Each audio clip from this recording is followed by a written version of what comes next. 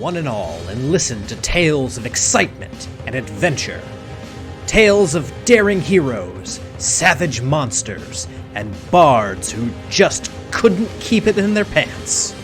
Tales of friendship, nobility, drunken foolishness, and unforgettable fun. These are tales of role-playing games, fair listeners, and this is Rollin' Bones. My name is Ryan Howard, and I shall be your guide.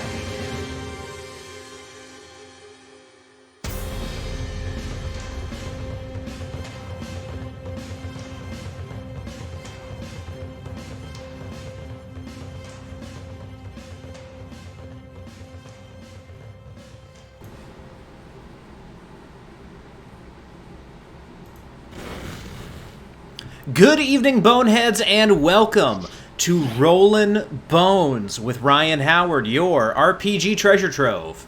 I am your host and king of the Boneheads, Ryan Howard, and this evening we've got a little something different in store for you guys. As you can see here, this screen looks very different from what we usually have. So let me just go through and introduce everyone. You guys should recognize two of these people. One of them composed the song you just heard. So, of course, we've got John and Joe Page of Project Fullblade. Guys, welcome back. Good to be back. Yeah, thanks. We've been looking forward to playing with you guys, so thank you. Absolutely. And I've been on their show a couple times. This is their first time on my show, but we have with us tonight from Gamertarians, Prax and Rez. Guys, welcome. What's up? Glad to be here, man. Thanks for having us. Absolutely. Howdy. Happy to be on here finally. Pay you back for all the time you come over and help us out and hang out on our channel. Absolutely. This may be my first time actually playing legit D&D. Well, I hear good things about this DM. Nah, he's a bum. He's a loser. That's interesting because I heard nothing but crap. Yep. Tom Wood says he's a lousy house guest. Just kept going around pretending to be a Fed all night. That's hilarious. But no, as I have talked about in the lead up to this is the session 0 for my first ever actual play show. I've never done something like this before. I feel like a bit of a hypocrite because I'm always crapping on actual play for being more entertainment than D&D, but here I am breaking my own rules, so here we go. And this is a little preview of the world that I'm looking to publish in. This is the world of Nighthaven on the continent of Dareholm. This is my own creation. If you steal any of my stuff, I don't believe in IP law, but I'll be very sad. And I'll probably shake my fist at someone. So, Hit me up. I have screenshots and everything's already backed up. We accept crypto. Stay tuned for the next source book for Project Fullblade. Welcome to Nighthaven with a K at the beginning. Yeah, we already have a logo slapped on it, and it's already on the website, so it's too late. That's so good. All right, so yeah, I mean, John and Joe, you guys have been on the show before. Prax and Rez, it's your first time. I won't subject you to the complete rundown of all the questions that I give people, but there is one that I want to ask both Prax and Rez since I've got you on the show. If you could put anything on a t-shirt, what would it be? Besides your logo, because I know you have that already. What? Huh? I don't know what it would be.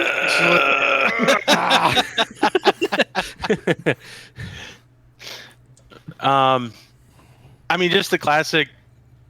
Don't hurt people, don't take their stuff. You know, like that's a great T-shirt. Someone's probably already done it. Don't hurt people. Don't take this T-shirt. That's right. Including this T-shirt. I'm gonna go with what I just came up with, which is the T-Rex from Jurassic Park half consuming someone, but the head is Kamala Harris instead. All right. There we go. T-Rex. Shoot her! By the way, when Ryan hit us with that question when we were on his podcast earlier, we were way worse than what you guys just gave. So kudos. Wow, because I thought mine was horrible. Thanks. No, it was quick though. It was quick. I think it took me 15 minutes to come up with something terrible. You said my face or something like that. You'd have your own face on your t-shirt. Yeah. I mean, I've That's had not some. vain. I've had some people just straight up not able to answer that question.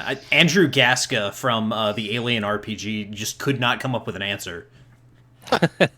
Like Angel from The Office, like, what would you put on your shirt? No. Yeah, now that I've had some time to think about it, like, you know how they have those T-shirts that like look like you're wearing a tuxedo? Mm-hmm. Like, I'd probably make one that looks like you have one of those big like 1990s rap clocks hanging off your neck. You know what I'm talking about? They wore in the rap videos. Yeah. Flava Flav clocks. Yeah, Flava Flav clock T-shirt. There you go. You can take that one. Who's gonna make more money off stealing ideas tonight? The Flava Flav T-shirt or these art assets? Right. Oh yeah. Yeah, my guests don't realize this. I'm compiling a list of the best T-shirts, and I'm gonna start my own business here. It's called Secret Shark Tank. Yep. Yeah, a year from now, rolling bones wear. Yep. I'm Bonehead sticking with apparel. Sorcerers. Kamalosaurus Rex. Sounds good. Next time we're on, Ryan, I want a redemption shot at that question. So I'm going to start Absolutely. thinking now, and I'm going to come up with something good. Absolutely. When we do session 1 in August, I will press you again for an answer. Okay, I'll have one. I have a good one. All right. I don't like failing, so I have to triumph. It's just a He'll thing. stumble again. Shit, I forgot Absolutely. to prep for it. Cool. So before we kick things off here, I just kind of want to go around and we'll start with Joe. Just because I started with Prax and Rez on that one. Joe, what's your level of experience with D&D as a whole, and then with 5e in particular? So I started with 2nd edition when John was showing me how to play it, but that wasn't the one I had the most experience with. 3.0, 3.5, especially the Psionics 3.5 book is where I started to fall in love with it. 4th edition came out, I bought all the books, and then I threw them all in the garbage. I couldn't play that game, so I moved on to Pathfinder for a while. So this is actually my 3rd 5th edition game. The first one was when it first came out, and then the one that I'm running now is just me and my cousin. I'm the only player, and he's the DM, so it's a very intimate game, but it's fun. But really, my experience with 5th edition is minimal. Gotcha. You still got a ton of experience. That's like years. Yeah, I played more Project Fullblade than anything else, so I kind of do my own thing. Nice. And I apologize in advance for not running this in Project Fullblade. I have not devoted myself enough to the rules to feel comfortable running it yet, so... It's okay. I have a curse, and I had a nightmare where I came up with all these new mechanics, so there's another overhaul, so it's not ready yet, but wait till it comes out. Then we'll do that shit. Absolutely. You did just give us a free expansion, so we can't be that angry. Absolutely, yes. Welcome to Nighthaven, Knight Haven. Coming soon to Project Fullblade. Question about Project Fullblade. Did you guys also opt to use the default Amish quilt avatars that Roll20 is using? Those are some killer default graphics there. It really makes me think about raising a barn.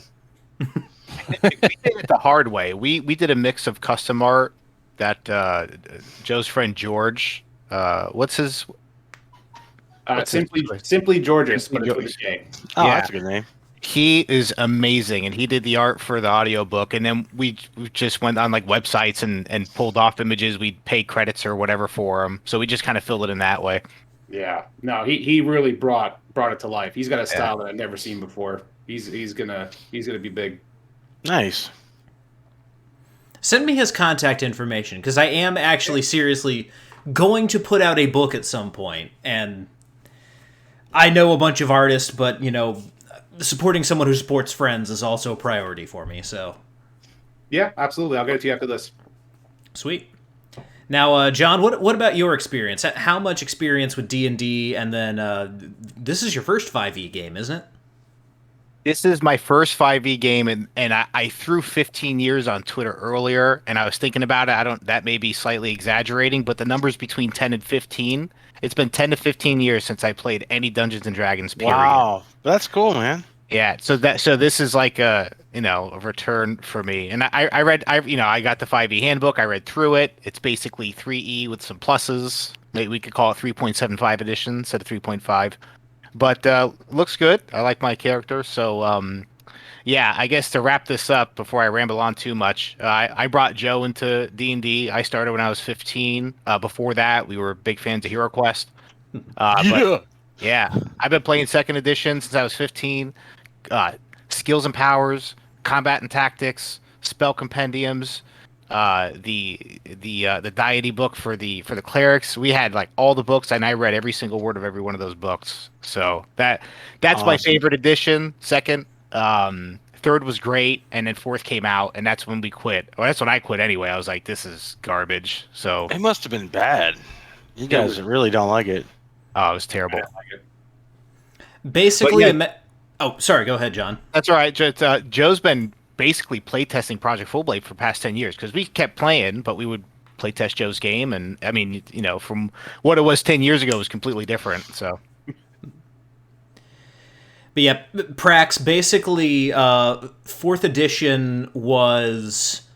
They took Dungeons and Dragons and went, how can we make this as much like World of Warcraft as possible? Because that's what people want when they play D&D. Like grinding your dailies and stuff. Got it. Okay. Yeah, and also like here's some like basically cooldown powers that you use in combat and stuff, like all kinds of weird MMO type stuff. Yeah. The one thing I didn't like about it is there's obviously a right choice. So nobody picked like the fun stuff. It was always Gotcha. like the right choice. The one battle thing, the one support utility, the one it was just like But yeah, that's how World of Warcraft works. Yeah, there you go. They nailed it. here's your build path. Exactly. Get one. Absolutely. Watch my DPS meters. And of course, Big Slamu has already started with the Dominic Toretto memes in chat. What's up, Slamu? Here we go. Nowhere is safe from Dominic Toretto, apparently. Of course, who needs Believe it or safety not, from Dominic Toretto when you have family? There's some good memes coming out with that. It'd be like a big ass dragon, and Dominic Toretto's like, "Don't worry, we have family." Yeah. Did you see the So Yu-Gi-Oh good. one? No, I didn't see the. Oh, he pulls out Blue Eyes, and then Yugi pulls out Dom, and it's like the card says family on it, and it's that Seto Kaiba face. It's like, oh. Hilarious. Nice. Now, Prax, what about your experience with gaming and 5e? High school, staying up all night. Some dude that like my friends knew. I had really weird. I traveled because I played sports, so I knew some cool people. But then I was also like this nerd on the side who knew a lot of like not cool people, but I liked the not cool people better. And like they would, they just like, hey, we're gonna play D&D. I'm like, cool. Because I have this funny story about how my parents, who are like ultra conservative Christians, were like kept it a secret that they played D&D like when it was taboo, like when they were putting out like chick tracks about how like play D&D, lose your soul, kill yourself, things like that. But I always thought it was cool because my parents, who are like squares for all intents and purposes, like play D&D, and so I kind of was like, I want to try it someday too. And finally had a chance to do it in high school. The guy who was DMing for us, I think he was probably pretty good when he wasn't playing with a bunch of idiot jabronis like us. So, but we just kind of like did stupid stuff, but it was fun. Like my friend kind of ruined it, similar to what Rez was talking about, when he was just kind of like, yeah, I cut the rope on the rope bridge and everybody falls to their death, And like the DM was always trying to like maneuver around his shenanigans while we were trying to play the game. One dude was just kind of like wanted to go probably play Tecmo Bowl instead or something, and so we didn't get very far in high school. But then recently, before all the lockdowns and everything, my friends and I had started to do a homegrown campaign, which we didn't finish. I got to like I think level 3 or level 4 on a Warlock, and then we also got halfway through another campaign, just out of the box, basic Curse of Strahd, but we didn't finish it. I'm like level 3 on a paladin over there, and we plan on finishing it. But other than like the goofy high school experience, and then those 2 unfinished campaigns, you know, I probably have like 100 hours of whatever quality DMing I've had. I don't even know if it's been good. I've had fun. I have a lot of memories. Gotcha. And Big Slamoo has called dibs on Bo Jackson if we end up playing Tecmo Bowl. So, Damn it. Okay, you take Green Bay Packers and you run their center. It's the fastest center, and you can grab Bo. There's a counter to Bo. Green Bay Packers center. That's awesome. Is that true? God. Defensive center, 100%. I played the crap out of that game. Green Bay Packers defensive center. That's for Super Tecmo Bowl. Tecmo Bowl, the original, Bo Jackson's definitely faster. Fair enough. Okay, There you that is go. for Super. Okay, my bad, Big Slamoo. You have defeated me. I apologize. Now he's saying that only Brad Muster is the counter to Bo Jackson. I think that's the defensive center for the Packers. It's Brad Muster, I believe. That's awesome.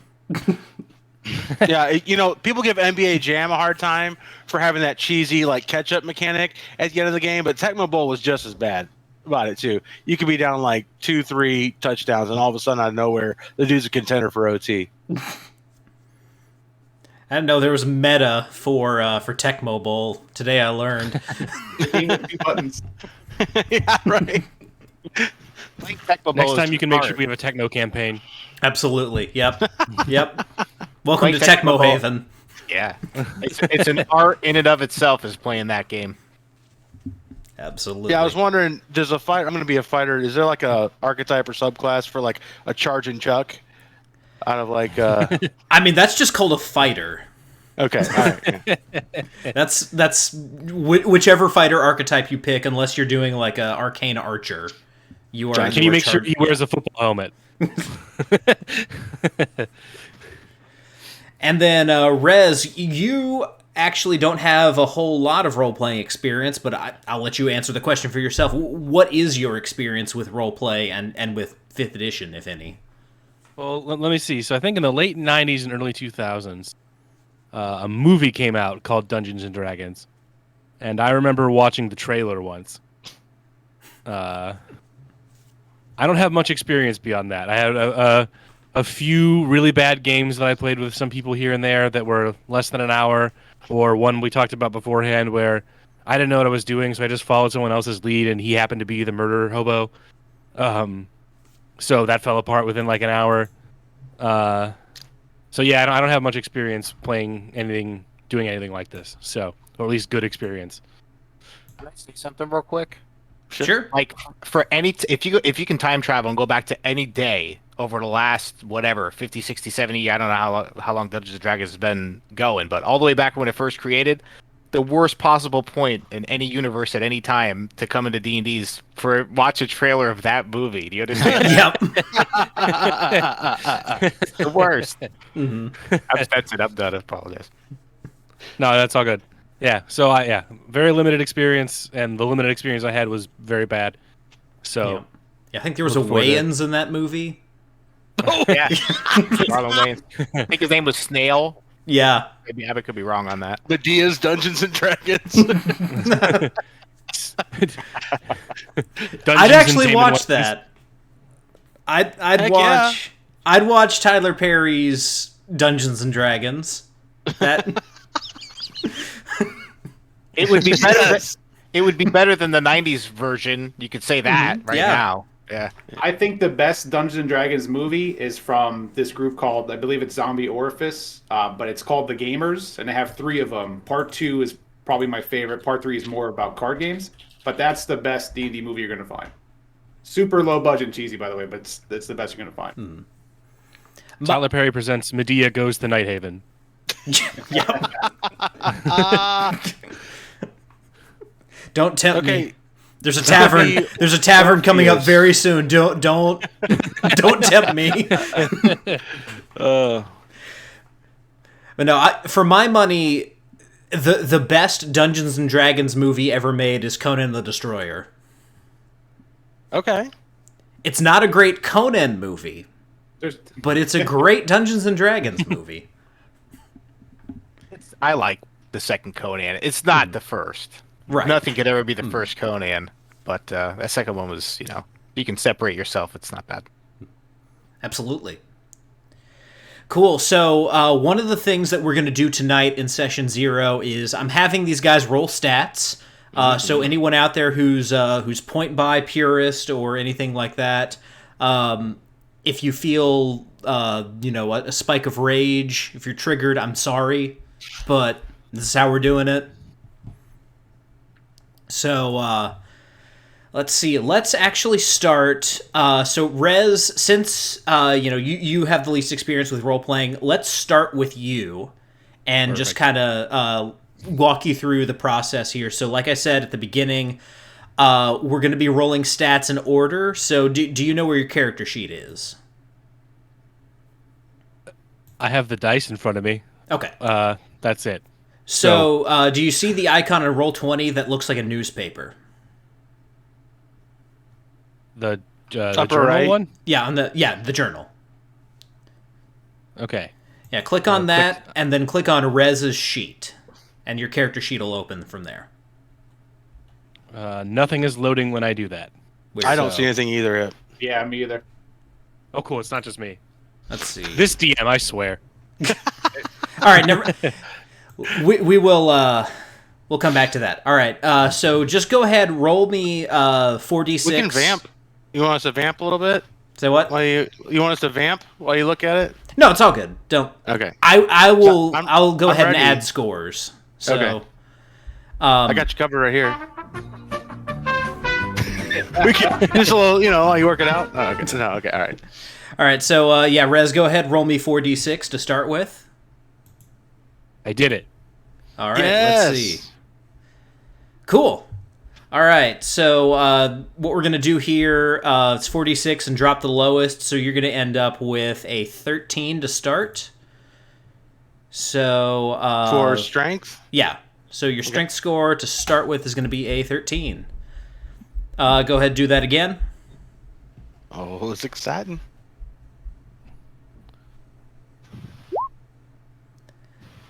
All right. So Drop the one. You let's drop see. the one. That is Hate to see it. that's a 12 for Dex. 12 for Dex. 12 for Dex. All right. All right. All right. All right. Charisma I'm score. going to have the least charisma of any warlock ever. Straight ones coming up. Here we go. There it is. All right. So now we are in 7. That is a 6. All right. So Gotcha, bitch. what? Hello, darkness, my old friend. Okay. Let's see. Elfie's making. Okay. Yeah. Cool. So your sheet's pulled up here. All right. Sorry, my wife just texted me about the game. So with the 6, I'm going to have you roll that again. Because that's going to... Pity from the DM. That's how we like to start it. I like it. Yeah, it's a much better. There we go. Hey. That's another 13. That's a 13 for Constitution. 15? 15? 15. You're right. Sorry about that. I don't know much about math, but that looks like 15. Yep. Yeah, that is 15. All right. Ryan, how much experience have you had in math? I was pretty much a B and C student in math, so yeah. There we go. Just for the record, we're like 3 minutes into this, and already all the players are right and Ryan's wrong. Absolutely. This is no different from any other D&D session I've ever run. So, all right. So let's have that same for intelligence. See if you get higher than mine is naturally. Oh, shit. It's a 17. Damn. I'm Yes, smart it Shit, a is. boss score. That is a 17 intelligence. That's a 32 in Ryan's math. Oh, God. Never gonna live that down. All right. Wisdom up next.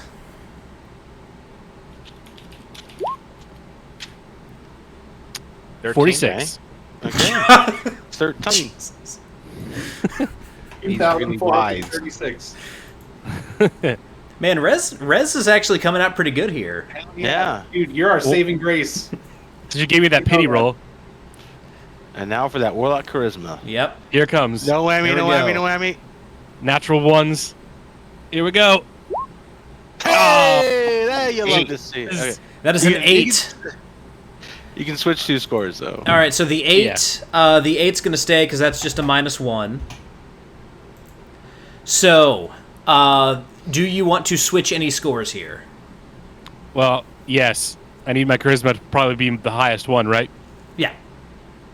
So, what was my 21 wisdom? Should I change that one to be incredibly stupid and then have my charisma, or will that not help the party out? Should I just do the 15 or something for my charisma? What So- say you, my fellow travelers? Right now, your intelligence is a 17 and your charisma is an 8.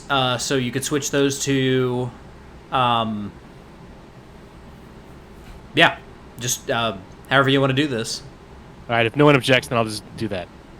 Give charisma the highest number. We'll switch those. Alrighty, Good I'll go choice. back to being dumb as a rock. cool, cool. All right, Dumb and sexy. I like it.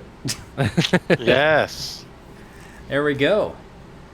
All right, so that is Res. I will work on getting that to where you can actually edit it, so that you can work on that as we kind of prepare for the next session.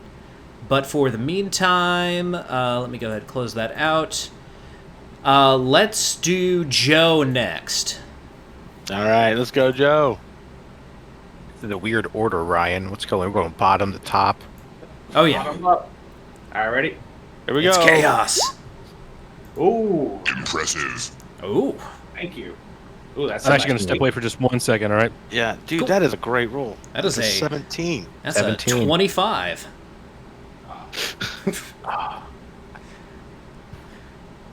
All right, so 17 strength, dexterity. We're looking 11. at 11. All right. All right, cool. Oh, Constitution. 16. That is a constitution of some authority. Oh, you put that under con? Okay, hold on, let me bring my paper. 16 con. All right, ready? All right. 9. 9 intelligence.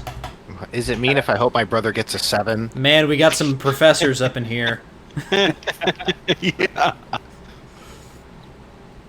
12. 12 for wisdom. Good scores. There we go.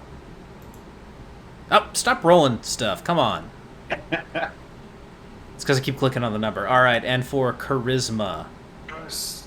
17. Man, you guys are killing it. Oh my word. I'm gonna do Barukai good. See, this is why I think everyone should roll stats, because, I mean, look at this.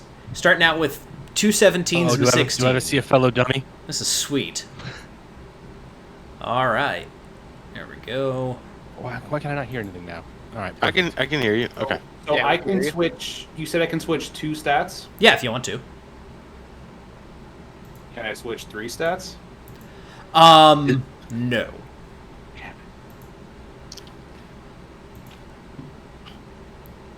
Yeah, I need my Dex and Wisdom to be the highest. But let me think for a second. Which character type are you playing? I'm a human monk. Okay. I'm an old lady. Gotcha. Nice.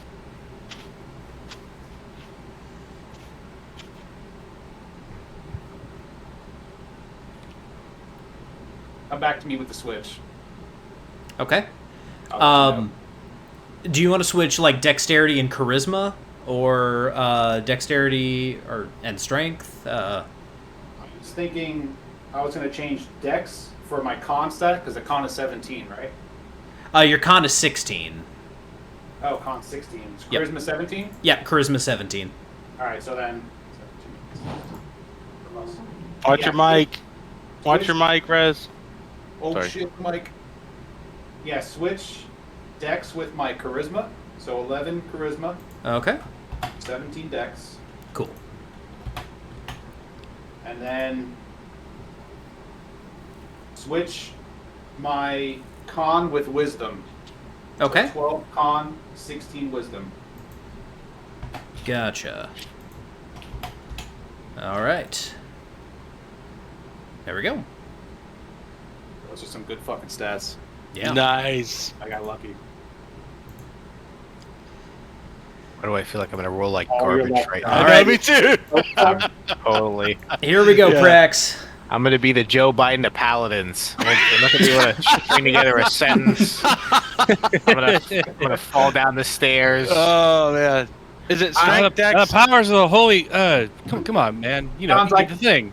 I cast lay on my hairy legs. No, lay on this child's legs. Nice. I'm gonna smite Corn Pop. He's a bad dude. Is the order of strength, dex, con, int, whiz, charisma? Yep. Okay. All right. Here we go. 46 is for strength. No whammy, no whammy, no whammy. Boop. 12. 12 12. average. Oh, I am a warrior. I needed that to be higher. There we go. All right. You can satisfy a lot of women with average. So make it 12. Is that what they've been telling you? Okay, so that's a 9 for dex. All right. So far, so good. All right. Here we go. There Not we much go. better. 15. 15's 15. not bad. All right. Okay. 15. 15 again for int. All right. Now going for wisdom. That's a 10. 11. 11, yeah. All right. Yep. And one more. 14. 14. Mm-hmm. Okay. So that's what I got. Strength 12, Dex 9, Constitution 15, Intelligence 15, Wisdom 11, Charisma 14. Yep. I'm thinking I got to do myself a favor and put 15 where Strength is, and 12 where Int is. Okay. I think I can't go as a fighter with 12 Strength, especially with low Dex. And then does that count for the swap, or do I get one more swap if I You can want do to another or need swap. it? Okay. I don't know. I'm looking for input, but I think 14 charisma goes to Dex, and the 9 charisma. Absolutely. The 9 comes down. All right. That So is it the looks proper like move. this now. Do you plan on being like a heavy armor fighter or like a mid-range armor, a little bit agile? I hadn't decided that actually. What factor do I need to consider? Consider like if you're going to use a swap between a bow and a weapon, maybe like a sword, you want a little bit of aim. Your dex also goes at AC, so if you have like heavy armor, you won't get the dex, but if you use like mid-range armor, you will get the dex on top of the armor. So it depends on how you So maybe swap the 15 Constitution. I think I'm out of swaps. I got 2 swaps. Yeah. So Yep. I think that was 14, Does 14 and 15 cross the threshold though? Because he might get the same bonus. Yeah, it's the same bonus. Okay. Because the bonus is applied on even stats, so you wouldn't get a +3 until you get to 16. Okay. Yeah, because 18, 19 is a +4. All in all, though, that's a pretty decent fighter. okay. All right. Thank God for swaps. That's what she said. Mm-hmm. All right, and last but not least, we've got John. Good boy. All right, 46. Yep. I am gonna predict I'm gonna be the worst of the 4 of us right now. Ready? Swaps will get you. It's okay, baby. I'll take care of you. 10-ish. Yep. 10. Looks like we got a 10. All right. Oh, you love to see it. 18. 18. 18 dexterity. Run it again! Nice. Finally got it working. All right. All right, here we go. Oh, God. Yeah. 7. That is a 7. Yeah. You are Go so go ahead, good. roll that one again. Roll it again right yeah. now. Yeah, roll her again. Against my own better foresight, I will take the 7. If you, Nice. I'll All right. take it. There you go. Nice. That is your Constitution score that will determine how many hit points you have, but If you want it, it'll probably get swapped. all right, fair enough. All right, so intelligence is up next. 12. Yeah, that's a little +1 bonus there. Okay. Wisdom, All right. 14. 14. Oh, 14. 14. And charisma.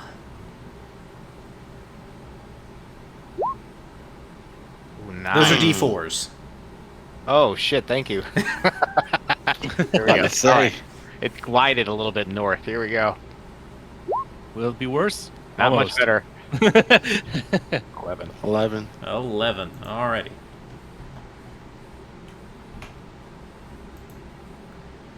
Whoa, whoa. There we go. Alright. So, do you want to swap anything?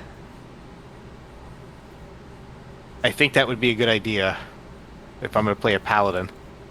Yep. All right. So I need something better in strength. Hmm. Yeah, strength, charisma, and constitution. Constitution's a big one for paladins. I will still let you reroll constitution if you want to. But if you want to keep it, you can keep it. I'll tell you what. Let's hit this. All right. I mean, it's not much better. All right, I'll go with the 11. There we go. Don't forget, your races are going to have stat pluses to it. That's Yes, true. well, You can also I play would- off your weaknesses a little bit. You know what? I'm going to stick with the 7. I'm going to make him a dumb dragonborn. Okay. Gotcha. All right. So you're going to swap your intelligence with your con? Yes. All right.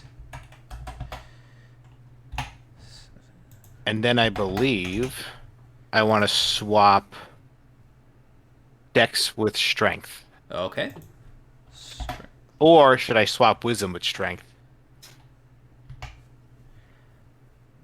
I think wisdom is important, but I don't quite know what paladins get. I was going to be less of a spellcaster paladin. All right, gotta go More of a strength. brute. Yeah, I'd definitely swap strength and dex then. All right, let's do that. Put the 18 on charisma. 18 on charisma? No. Oh. All right. There we go. You will, as a Dragonborn, you will get a bump to your charisma, so that is... And a 20 and strength too, right? Well, wait, let me ask you a question. I have a +2 strength. I can start with 20 strength at first level. Let's see. As far as a... I mean, yeah, if it gives you a bonus, then you rolled it fair and square, so... All right, okay. We'll go with this. And if that's what the dice show, then I'm not gonna be like, no, you can't start with a 20. That's... You rolled it. You took that risk and it paid off. I'm really dumb though. Like I'm gonna attack a tree, and then you guys are gonna have to fight all the goblins attacking us. You're gonna be like, dummy, come over here and defend us. We're gonna sit behind John's character, just turn him. Just like go to that guy, go to this guy. Dude, apparently I'm gonna be attacking the tree with you. Yeah, put a leash on me and just tug me like in the direction you need me to go. Remember Blinken and Men in Tights where he's fucking up that support beam? Hey. And, So, Joe, you said you're going to be a monk? I'm gonna be a human monk. Okay. I'm gonna focus on grappling, Okay. so it's gonna be a ground and pound.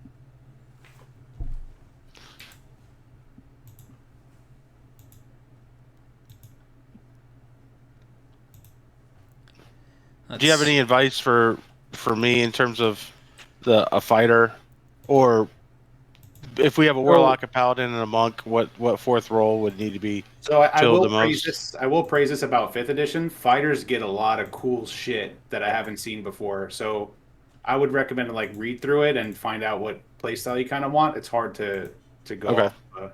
off a whim. Whenever I think of playing a fighter, like I think of the weapon I want to use. What weapon did you want to use?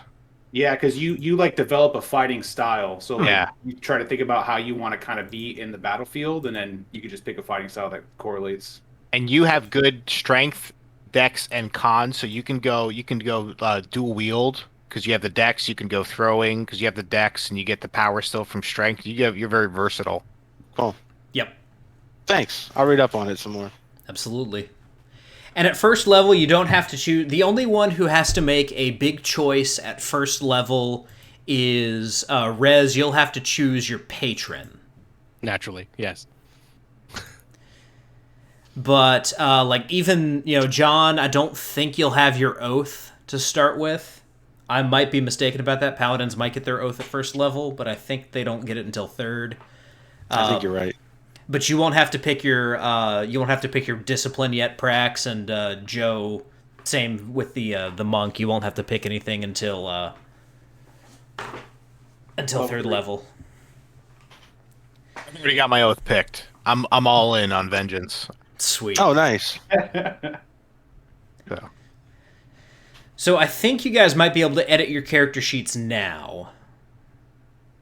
Yep. Since I added them to your so as we you can do it tonight, or just as we prepare for the next session, you can do it then. But you'll be able to build out your characters here on Roll20, and that's where they'll live. Gotcha. Cool. Sweet. Thanks, man. Awesome. Yeah, this looks really cool. Yeah. Now I've given you guys a little bit of information about this world. I have not released a lot of details about this into kind of the main world, or the main world. What am I talking to my audience? God, one beer, and I can't talk. Call yourself a libertarian?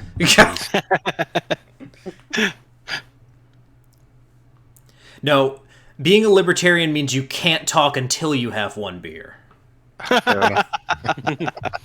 Nice.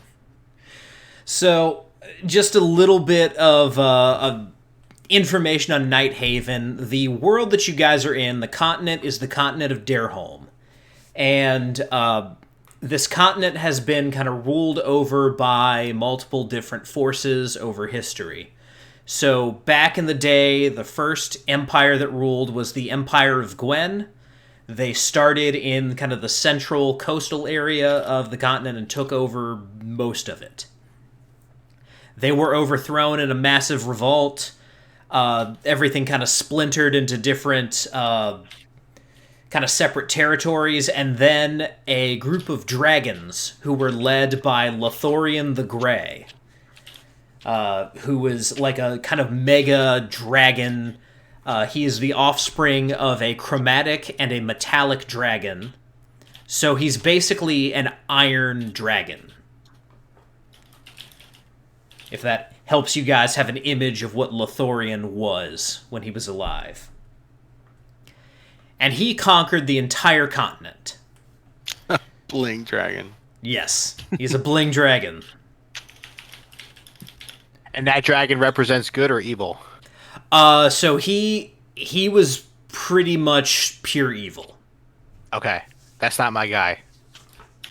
Right. I'm waiting to hear the good dragon. So good dragons, generally speaking, in D&D, metallic dragons are good, chromatic dragons are evil. Okay. And yes, he does come with 30-inch spinners. Yeah. Thank you, Slammo. Yeah. Hilarious. Now that reminds me of like the cover of Painkiller from Judas Priest. That's Yep. what that dragon looks like. Mm-hmm. Google it if Nice. you don't know what it looks like. Are they shaped like a beholder where all the eyes are coming out to the tire, like spinning? Nice. Oh, that would be a monstrosity. But awesome, but a monstrosity.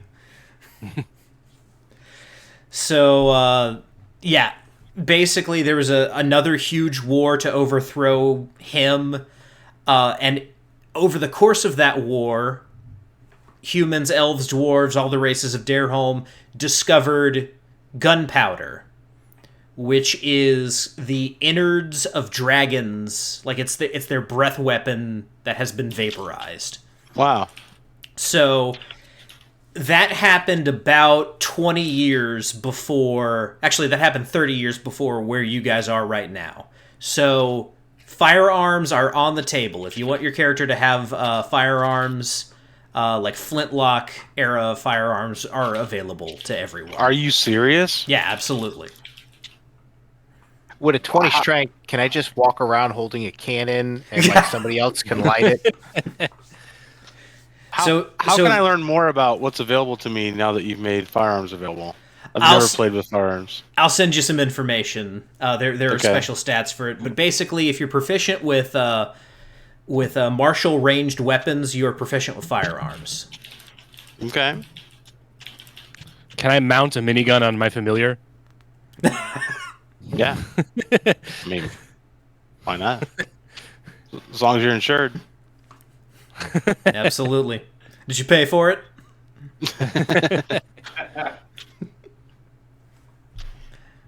Yeah. Is Dareholm a constitutional carry kingdom?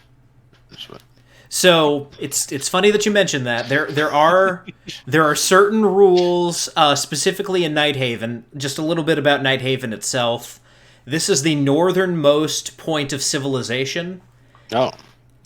It's called Nighthaven because half of the city is in pretty much constant darkness. Cleveland. Yes. Yeah. There's this giant rocky overhang where the mountain opens up. The locals have taken to calling this place the Maw. As in, like, the maw of a giant beast. And the primary... It's an industrial town, so there's lots of mining, obviously because there's a big giant cave opening, lots of weapon refinery, lots of gunpowder manufacturing, and a whole lot of, businesses all around that kind of stuff. The makeup of the population, you're looking at a huge percentage of dwarves, a few elves here or there. They've got, like, consulates for elves and a few elven businessmen. A lot of humans and a lot of halflings. Everyone else is going to be pretty rare, but occasionally present. So, John, as far as, like, Dragonborn go, you'll be somewhat of a novelty in Nighthaven. Okay. And I sorry, go ahead. I have a question for the players. I need to, Ryan. Are we doing voices? I'm not doing no voices. Maybe Anyone Joe. else? Well, I don't know. You can. No judgment zone. I'm just asking. Are we? If you want to be the one person who does it, that's fine with me. But nope. You hear my character's voice. I guarantee, Prax, I guarantee you won't be the one person doing voices because I will be doing voices. Oh, okay. There you go. That's all I needed. Don't not do voices because I'm not doing voices because I would ruin this whole stream for anybody watching. That's fine. If you're good at it, do it. Rock out. Entertain me. I'm good at it, but sometimes Rez can attest to this. If you watch any of our YouTube content, I tend to like drift. Like I'll have the accent down, and then I'm just like I start turning into like my German starts sounding Jamaican. Just like it's all over the map. It's all right. It's all good. Drifted too. Dominic Toretto drifted too. So yeah, absolutely. Hey, we're family, right? We're family. Yeah. We're family. Who needs steady accents when you have family? We recently did one we haven't released yet where I tried to do Strong Bad and I devolved into Kevin from The Office. So I just started with Kevin from The Office.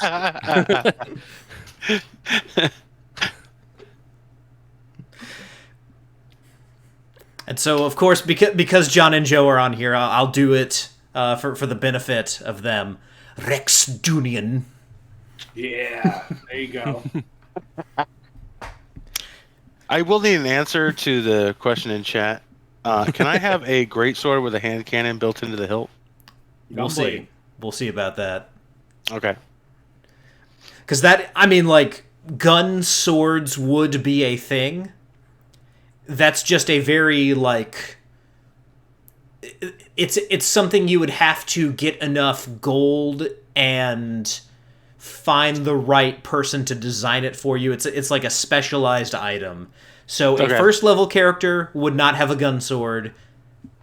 But after that, gun swords could potentially be on the table. All right. about gun fists. Yeah.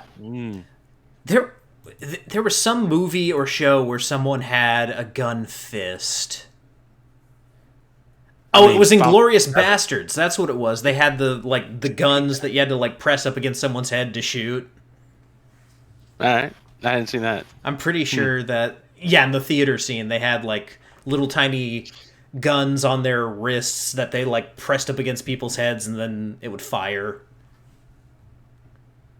Oh yeah, it was like a punch. Yep. Punch shot, straight out of anime, basically. Shotgun. I don't think my character can take a gun. I have a 7 intelligence. I'd be sweeping the muzzle across everybody. I'd have terrible trigger discipline. I was going to say Barukai wouldn't use a gun, but she does have gunfire nails. Nice. That's classy. Absolutely. Now Salamu's talking about shotgun knees. Oh, that's like some. That's like standard kit, right? It'd be a blunderbuss, but Shotgun knee sounds like a nickname for a hooker.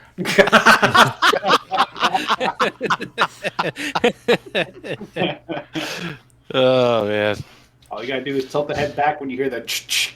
Oh god. All right, I think we've officially become explicit on iTunes. I'll peel it back. I apologize. Oh, don't worry about Well, it. she may also end up in the tavern as well. We'll find out. There you go. Sexy sex. Oh yeah. There we go. So yeah, Nighthaven itself, as far as martial ethic goes, it's understood that everyone's going to be carrying some kind of armament. Generally, swords, pistols, daggers, things like that are expected. If you're carrying around a giant polearm or something like that and you're not a guard, people might give you some looks.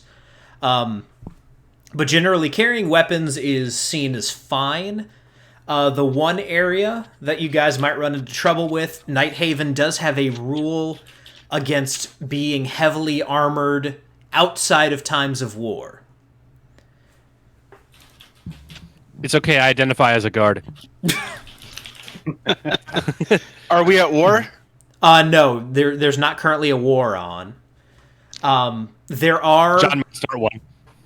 there are armors that are designed to work around this rule, which we'll get into. Since your characters will be kind of tangentially associated with the underworld, you'll know a little bit about stuff like that. Whether or not you're an outright criminal, I'll leave up to you. Okay. So some armors may be capable of concealing our weapons? Yep, absolutely. Okay. Sounds like you set my path. I'm going to be a dragonborn with a polearm, heavily armored, and on wartime. Yeah, I'm going to make a lot of friends. Just let me lead. I'll be a monk with no armor or weapons. So John's going to be walking around with just a sign that says "Notice me." Yeah. So yeah, that is that's the world of Nighthaven that you guys will find yourselves in. Just a quick word about some of the stuff that's in here. Government-wise, you're dealing with basically a representative democracy, so nonsense.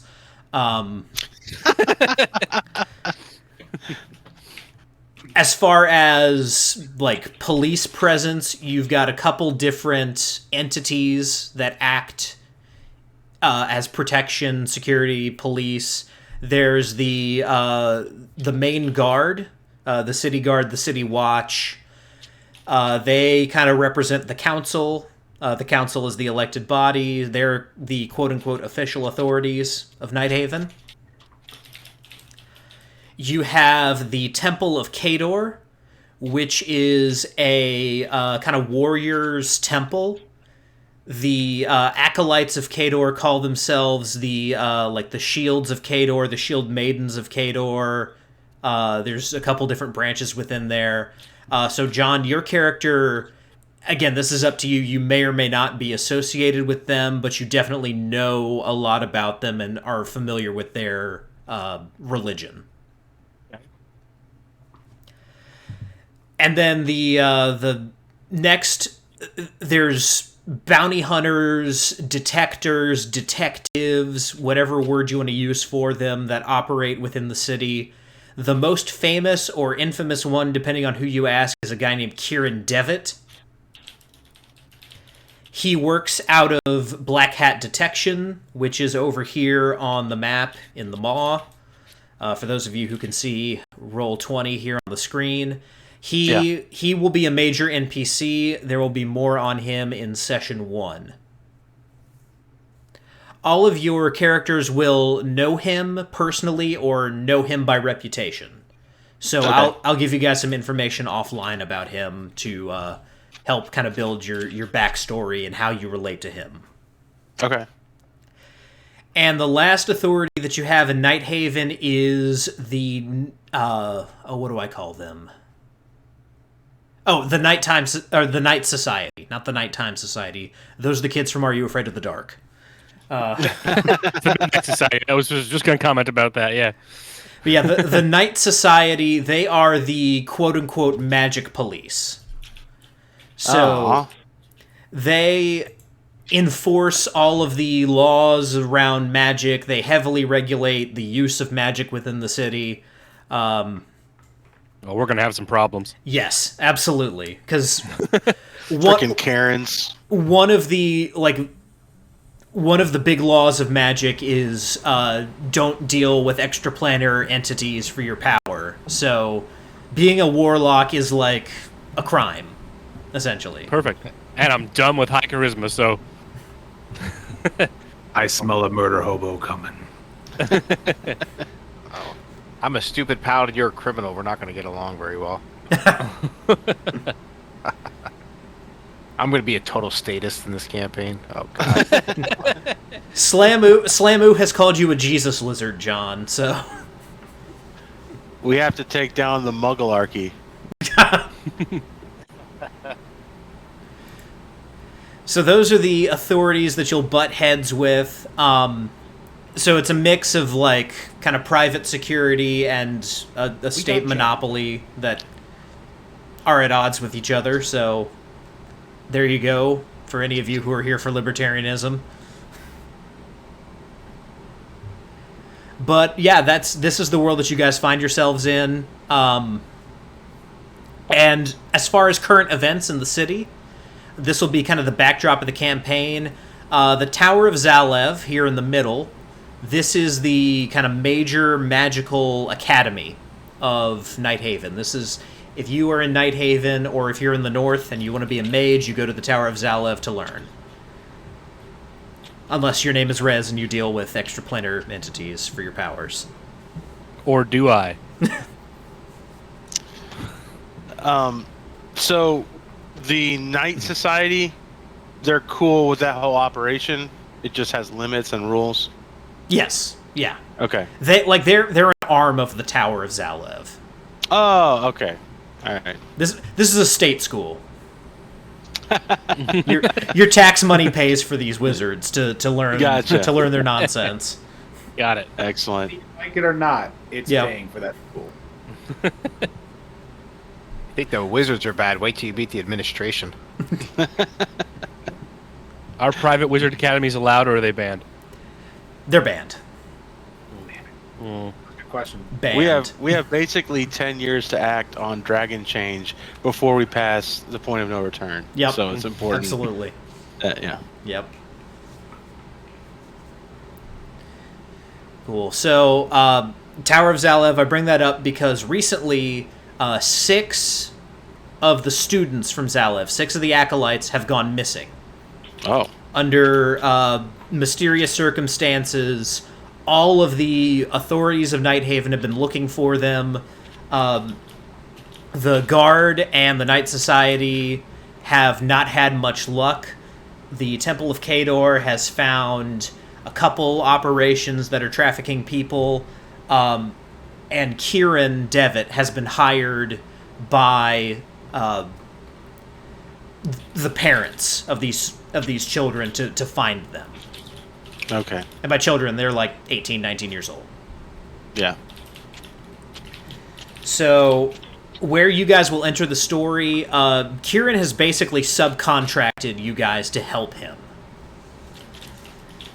And so the first point of contact you'll have will be with Kieran. That's where we'll pick things up in the kind of the beginning of the campaign next month. And you guys are meeting him at the Shady Inn, named because it's in the Maw, and it's always shady there. And because it's kind of a shady inn. So There's businesses in the Maw? Yeah, there's lots of businesses in the Maw. Oh, wow. That's Okay. where Shotgun Knees is at. Shady Inn. And there are I want to go to the Maw. even inside the Maw, like in the tunnels, there are businesses in there. Wow. In fact, in the tunnels, which kind of lead underneath Nighthaven and out of the city, that's like where... That's basically your Mos Eisley cantinas and things like that. That's where the underworld is literally under the world. Yeah.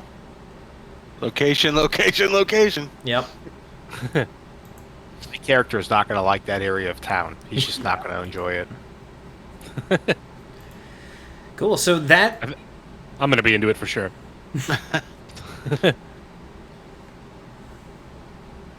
It's always shady in Philadelphia. Thank you. You're welcome. Nice. The Well, I gang gotta read kidnaps up a on, mage. Yeah, right. Oh, man.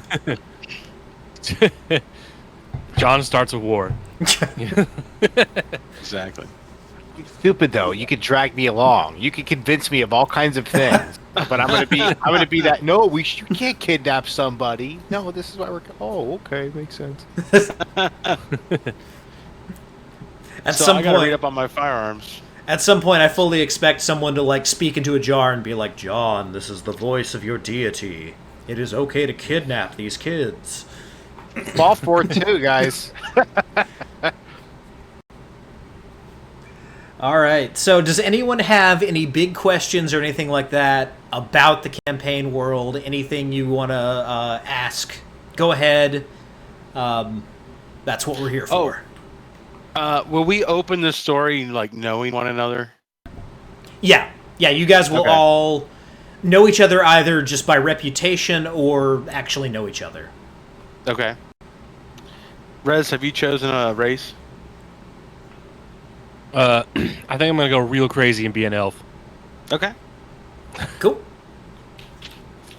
They're usually good with magic, so I don't know if that's true or not, but I assume they are. So Yeah. What are there any like views or are any certain races oppressed here? Like, is there like a dwarf quarter where like they get shit on and stuff like that? I mean, like, the races kind of have their own separate parts of town that they've kind of, like, built for themselves. Like, the dwarves own the mines, so they're more towards the Maw. The elves think they're better than everyone, so they're up in this region called the High Spire, which is where all the fancy people live. Mm-hmm. But you can find dwarves and elves kind of all throughout the city. One thing that will be important, the wood elves and the high elves don't get along. They hate each other. So, Rez, whichever one of those you end up going with, or if you go with one of the other kinds of elves, I can send y'all that information. But okay. if you pick a wood elf, you'll hate the high elves, and if you pick a high elf, you'll hate the wood elves. All right. Why don't they like each other? Do the high elves smoke all the wood elves' trees? Nice. I was gonna say, can you be a high wood elf? Yes. In fact, if you are a wood elf, it is expected that you're high. That's great. How much is Kieran Devitt paying us for this job? He will negotiate that with you guys once you get there. Okay. Because it'll be a percentage of what the parents are paying him. Write that down. And yes, Slamu in chat here, both elf races hate dwarves. And dwarves hate elves. We're doing this right. What if I recruit 3 people to help with the hunt, and then they recruit 3 people to help with the hunt. Would there be some kind of like, business model here, like trickle down, like? I don't we know. Sell some phone cards. I don't know if Kieran's trying to start a pyramid scheme here, but What, dude? It's multi-level marketing. Come on. Save the kids. This is my detective agency / MLM. Dude, have you ever thought about being your own boss? I mean, is there too much months at the end of the money? I mean, you know what job stands for, right? Just over broke? Come on, guys. Do we know Kieran's alignment? Kieran is true neutral. Okay. Okay. Kieran is very much like. Think of him like Geralt. He's basically just like, where's the money? Toss him a coin. Yeah, Got it. give me the money and we'll talk about where I can find your grandma who wandered away. So does he actually care about these kids, or he just kind of sees the opportunity that people were willing to pay him to save their children? That you guys aren't really sure about. That you'll basically have to kind of gauge him as you talk to him. Okay. Are there I think any? we're all- I'm sorry. Go ahead. No, I'm just thinking. I think we're all excited. So we're like ready to go. I'm ready to start rolling. Sorry. Go ahead. Absolutely. Cool. Are there any town rumors that you can come up with off the top of your head that might be important for us? Yeah. There are a bunch of town rumors going around. With kind of you guys being either involved or knowledgeable of some of what's going on in the underworld. Recently in Nighthaven, a new gang has basically showed up. They are the they're known for wearing gray cloaks, and I have a name for them. The Grey Cloaks. No, Democrats. it's not that. Let's see. One second. 50 Shades of Grey Cloaks. Just grade our imagery out. I pay shotgun knees to take care of these boys. What are you so mad about? Come on, let's go. Lighten up. But yeah, these gray cloaked mages have showed up in Nighthaven, and they are like, people have seen them use magic and stuff like that. So there's the underworld is like gearing up for gang war. Basically, everyone's kind of swelling their ranks. The main crime boss in the city is a guy named Mandrake Hawk, and his gang is called Hawk's Talons. Good thing his first name isn't Mike. Yeah. Yep.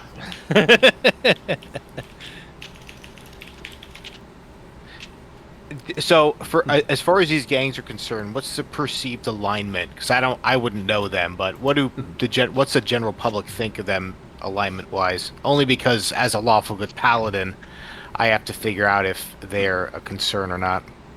So the people in the High Spire and the city council and everything, they hate them. In the Maw, it's kind of mixed emotions about them, because in a lot of cases, like, these guys are running like payday loan operations and things like that, so some people rely on them. A lot of businesses in the Maw like pay them protection money, so there's some of them, some people would perceive them as a threat, some people would perceive them as kind of the devil they know. Yeah. They'd rather deal with them than with the state, because they're at least honest, about what they are. So it's a little bit of that, but they are definitely 150% illegal, if that means anything to your character. Woo! Only if we have strict immigration laws, because if we do, I have to uphold those strict immigration laws. It's illegal aliens just coming in this town. Get him. So you're the paladin of ice, is what I'm hearing. Ice Pally. So yeah, the gang is called the Hoary Syndicate, not the Horny Syndicate, the Hoary Syndicate. Horry's Just so That's not much better. I don't know if you. I know you mean different spelling, but like that. But Yes, like that. HORY. HOARY. Shotgun Knees. HOA. Yes. Shotgun Knees runs the Hoary Syndicate. Yeah. yes, I Yep, was that I was one. typing it out as you said it. Yep. Yes, they've popped up as Hoary yes. being defined as gray or white Mhm. with or as if with age extremely old. I had to Google it. It Thank God you describes did, shotgun I didn't knees know that was also. a thing. yeah. Yeah, Shotgun Knees thinks this whole thing is little bit of gimmick infringement there. So And so Mandrake Hawk is Hawk's Talons, but unrelated to the Hoary Syndicate. right, yeah, the Hoary Syndicate is a new gang. They're rivals to Hawk's Talons. Okay.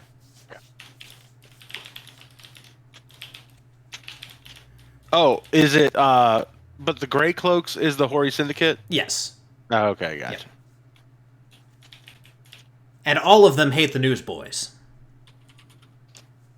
The what? the Newsies. the little kids selling papers. They all hate them. yeah. The little That's kid awesome. gang. Them. Got Oliver and Artful Dodger gearing up for war against Hawk's Talons. Nice. Oh God. So we're gonna come across firearms users then, Oh yeah. whether we use them or not. Yeah, they'll be gunslingers. All right. What are the was more of a- self-defense laws in the country? You know, is it an escalation thing? Like if they have a gun, that's the only time I can use a gun, or if they're coming at me, can I use whatever means necessary? So it's like medieval martial ethic. Basically, if someone uses violence against you, you're free at that point to do whatever. Perfect. It's pure like castle doctrine, self-defense kind of thing. Perfect. Is there So a feat where I can catch bullets in my teeth like the last dragon? Nice. So with It's a level 20 talent. the monk does at some point develop the ability to catch missiles. So I will say that you can catch and throw back bullets. What? Damn. I want to be a All right. monk. Because monks can catch and throw back arrows, and if there's bullets, then yes, you pretty much have to extend the same thing. So I should throw the Barukai idea out and just do Last Dragon, John. It just my focus is I'm searching for the glow. Shot though. Can he catch buckshot or does it blow his fingers off? so that would be difficult with I would imagine. You'd have to pass a Neo challenge. yeah, that would. I mean, the way that it works is you reduce damage, and then if you reduce it completely, you catch the missile. So it would be like you're knocking, or you're dodging most of the buckshot, and like you catch one or two of the shots, and you can throw it back at a certain level. The question is, does he know kung fu? Actually, question on the monk's armor. So I get my dex and wisdom to the armor. Yep. I think so. If I remember correctly, like maybe it's not in third edition, but maybe it's Pathfinder. Guns bypass dex, or maybe they bypass armor. I'm not too sure. So how would that work for trying to dodge a gunshot? So that's not a thing in 5e. It's purely everything is rolled a hit against armor class. Okay. Is there any way for me to look at the other source books? I don't own them. Yeah, hit me up offline. Okay. Cool. So, Yeah, just to reiterate, Vengeance Paladin for John, Monk for Joe. Have you determined what path you're going to go as a monk, or? So I'm still looking at two. One of them is like an elementalist because they have this water spell where I can grab easier, like grab from a distance. And then the Flurry of Blows gives me extra attacks with the Flurry of Blows ability. And if I grab somebody, I get advantage on attack. So if I grab somebody, I can hit them more often with the advantage roll. So I don't know. It's between the two. Gotcha. And then Prax, do you have any ideas around like what kind of fighter you want to be? Now that I see that we have a lot of frontline beef already with like, or at least frontline, I don't know, Monk's dexterous and Paladin's beefy and holy or whatever. He's going to be up in the grits. I guess I'm thinking more range, especially now that you've introduced guns, and I've never used guns before. Sounds kind of fun. So I kind of want to play with that, especially the flavor I can pull off with like a certain race and whatever goofy accent I want to try to pull off. So I'm going to spend some time noodling on it, but I'm going to get back to you probably in the next 2 days. That's all right. Gotcha. Dude, pick guns, and I'll grab them like this and just like turn them to you so you can just shoot them up. There you go. There you Just go. throw 'em down. Sweet. I like that. Sounds great. And that'd be awesome. And then Rez, have we talked at all about different kind of warlock patrons? No, is that my god or my familiar or what? What is that? So the patron, I'll go ahead and pull up a guide here. Just we can talk through warlock, because smarter people than me have put together good guides for warlocks and 5e. Your patron is the person you made a pact with for your powers. Okay. So if we go down past all this, we'll get to pacts here in just a little bit. From like purely a meta perspective, wow, we're still going through this. Are you showing something on the stream? It's up here. Yes. Okay. Let's see.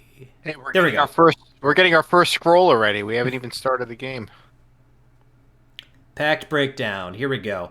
So I've played a Pact of the Blade Warlock. That's a pretty interesting... basically, you're a warlock who made a pact with an ancient weapon. So you end up like using a sword, or in this case, there are ways to make it a ranged weapon. So you could make a pact with a gun if you wanted to. That's already what I was thinking, because it would be cool if I have to hide the fact that I'm a warlock or something like that, but because it just looks like a gun or something like that, or I don't know. That was what I was thinking about. Yep.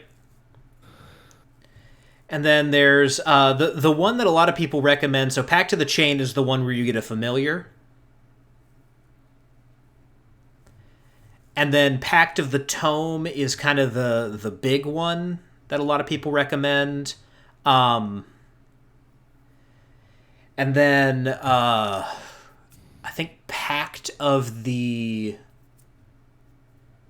I think it's Pact of the Fiend is also... Fiend. Yeah. Is also a big one. And there's one with the old gods, right? Yeah. That's that the only is... other one I have the most experience with as a warlock. I loved it. Yep.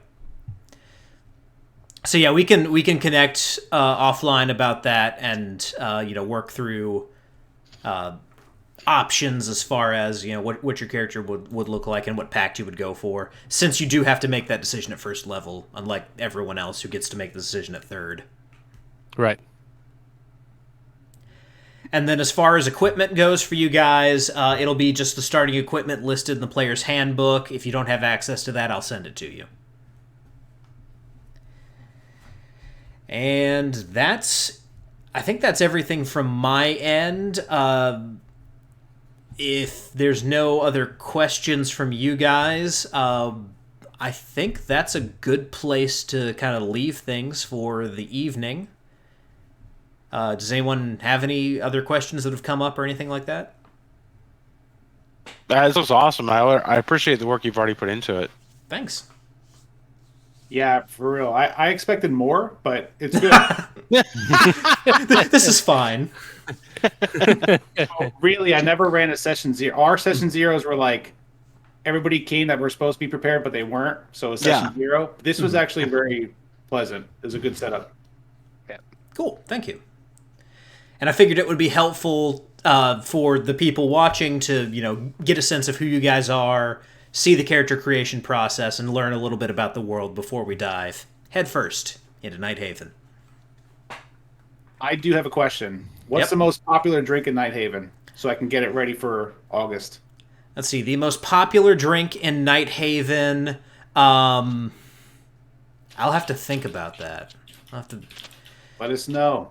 There would definitely be like some dwarven ales and things like that, but as far as like a mixed drink or a specific cocktail, Spirit. Or spirit, I'd have to think about that. It just better be brown because clear alcohols are for rich women on diets. I'll drink to that. It kind of depends on who you ask, because Shotgun Knee's favorite drink. I mean, what's she drinking all the time?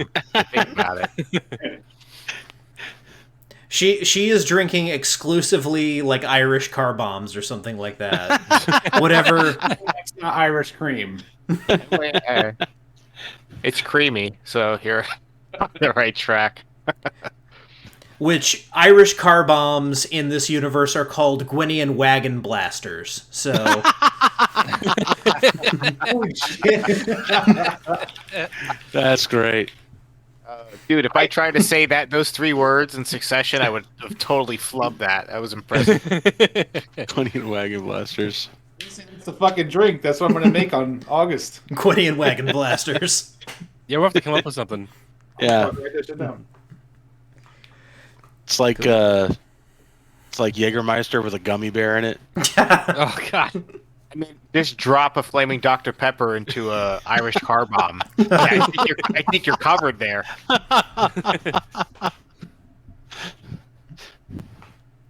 It wouldn't be the first time we did it, by the way. We're tempered. We can start that shit now. Yeah, tell me if I gotta buy any special supplies for this.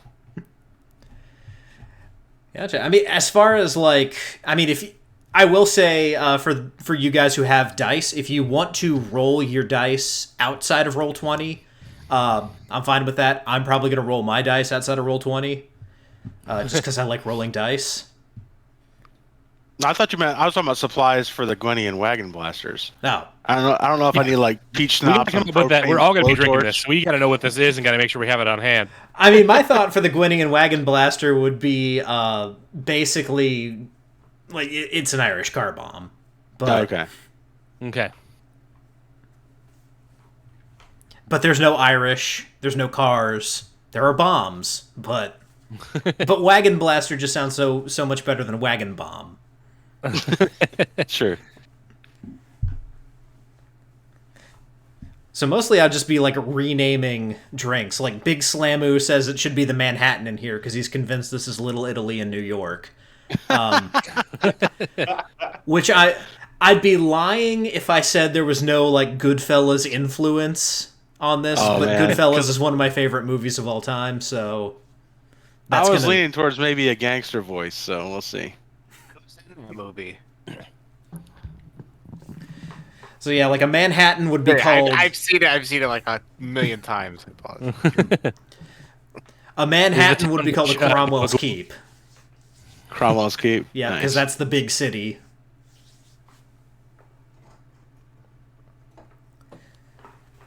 So yeah, basically I'll just be coming up with drink names. It sounds like. You better have a whole bunch of them ready. We're gonna spend a lot of time in the tavern, hanging out with Shotgun Knees and Medea. Watch this first Who's to session say that before- Medea's not playing Shotgun Knees? There you go. Right. Just be ready to go off the rails straight away. Oh yeah, So. absolutely. Absolutely. I've already made the plan, thrown it away, and started coming up with another one on the fly that I'll have to throw away again. So. There you go. Cool. Well, of course, we're always going to end the show this way. So anything you guys have coming up that you want to plug, talk about your shows, we'll go ahead and go around, starting with Let me roll to see who we're going to start with as far as plugs There you go. go. All right. That's how we end it. As long as All my right, D4 doesn't fall on the floor. Who's 1, who's 2, who's 3, and who's 4? So just based on corners here, Joe is 1, John is 2, Prax is 3, Rez is 4. So Okay. we are going to... Don't forget, 4 rhymes with Hories. Hoary rhymes with hoary. What are you talking about? All right, so I rolled a 1, so Joe is going first, and we'll go Joe, John, Prax, Rez. All right. I guess I would advise we recorded 2 trilogies for our audiobook that takes place within Project Fullblade.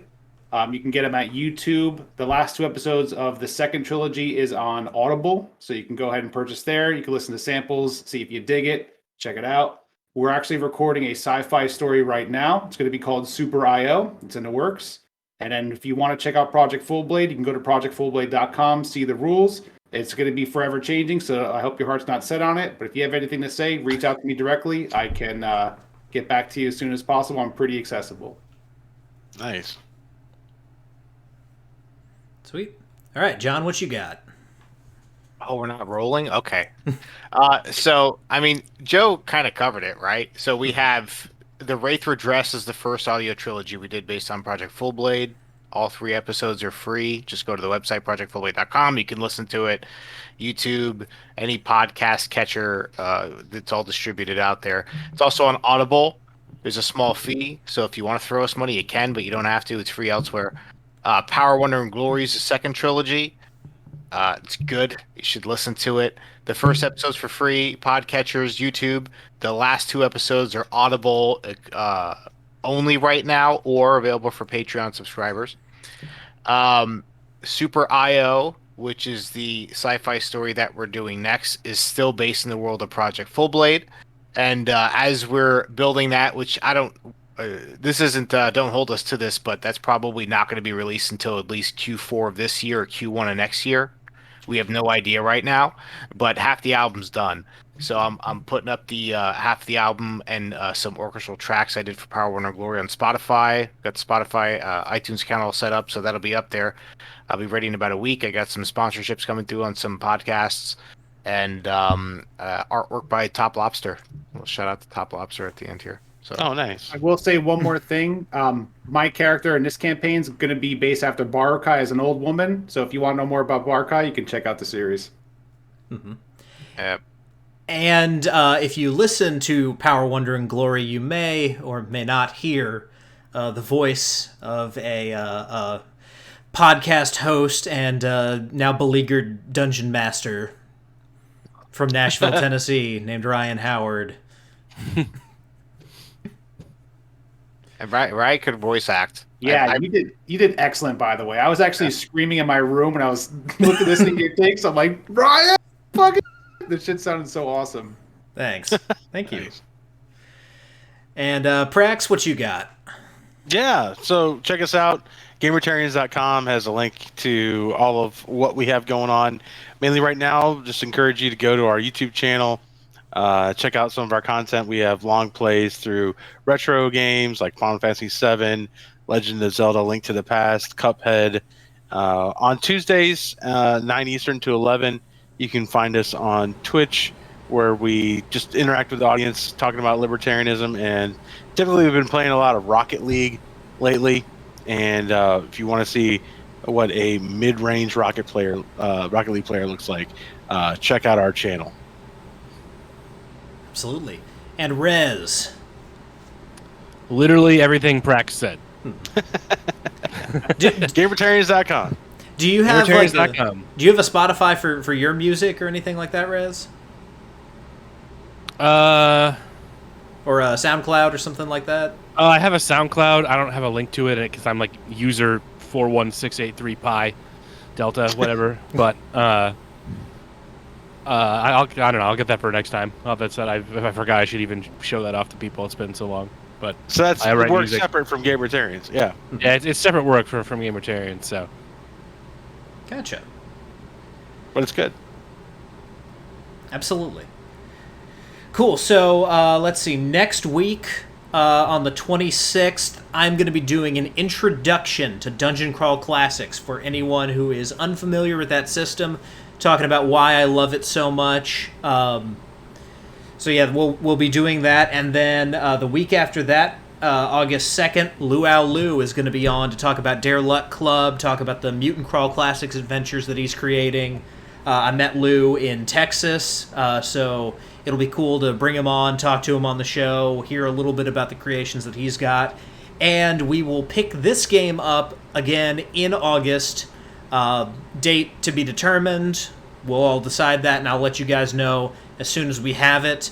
But until then, guys, whether you rolled a 1 or 20, I am so glad that you rolled your bones with me, Ryan Howard, with these guys here, John and Joe Page, Prax and Rez of Gamertarians, and we will see you next time. Awesome.